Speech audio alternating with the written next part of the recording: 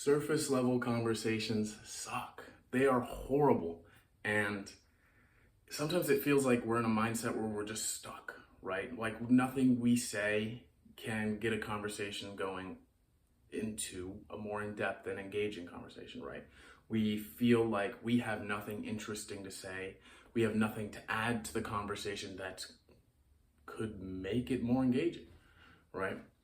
And maybe we'll look at somebody else having, two other people having a conversation. We'll hear what they're saying and be like, I wish I could have conversations about those types of topics. I wish I could have that level of connection with somebody. You might think, again, I don't have anything interesting to say, but is that really true?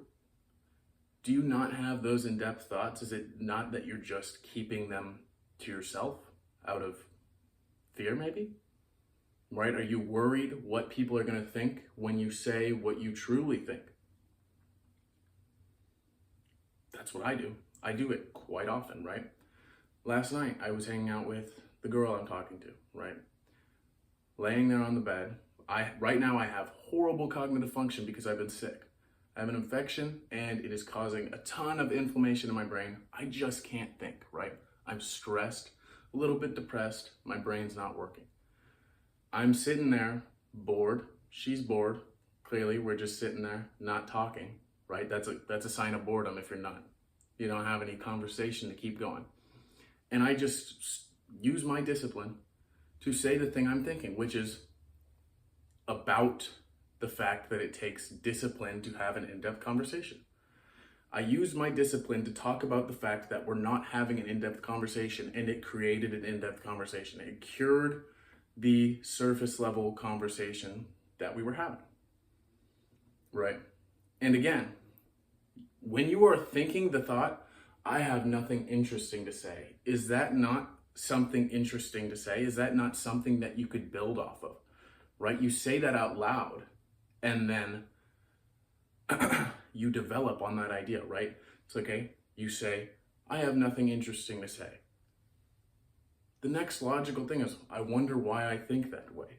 I wonder why that is, right? Why is my brain not working the way I wish it would? Am I not reading enough? Am I not taking enough time to journal or meditate? It's not such, the types of things that we like to think are dull are not really that dull. They just need to be developed. Your ideas need to be developed. And part of the problem with thinking that you can't say a thought until it's developed is that we use conversation to develop our thoughts, right?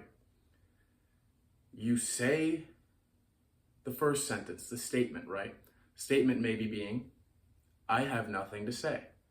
But from there, it gives you inspiration for the second sentence or the second thought that it's leading to. I have nothing to say. I wonder why I have nothing to say. Maybe it's because I'm not reading. Maybe it's because I'm eating like shit and it's messing with my cognitive function. Maybe it's just because I'm sick and that's messing with my cognitive function, right? There are a million different ways that your first sentence can take you. Sentence 1 leads to sentence 2, sentence 2 leads to sentence 3, then sentence 3 leads to sentence 4, right? So if you never say sentence 1, you'll never get to sentence 4 or 5 or 6 or 7 or 8. And that is how you develop your thoughts, how you develop your ideas. But again, if you keep it to yourself, you are going to be a shallow thinker. You're going to be a surface level thinker, and surface level thinkers have surface level conversations. So like I mentioned, it comes down to discipline, right? Have the discipline to say that first sentence that will send you down the rabbit hole. It'll keep you going. It'll build your momentum that you need.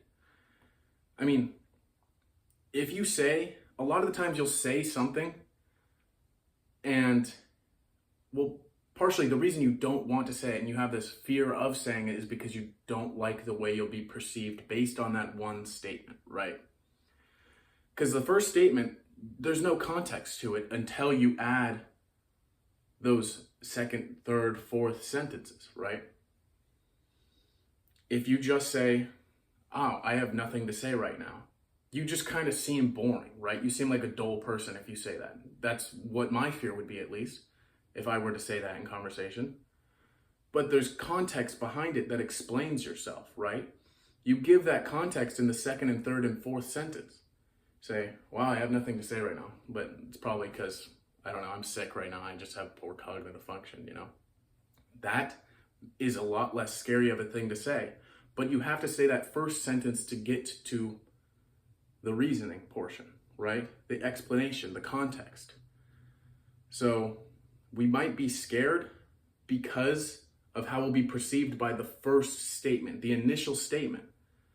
But it's not that big of a deal when you look at the big picture and you explain, and the other person can understand why you have that opinion or that thing is going on in your life or whatever it may be, right? There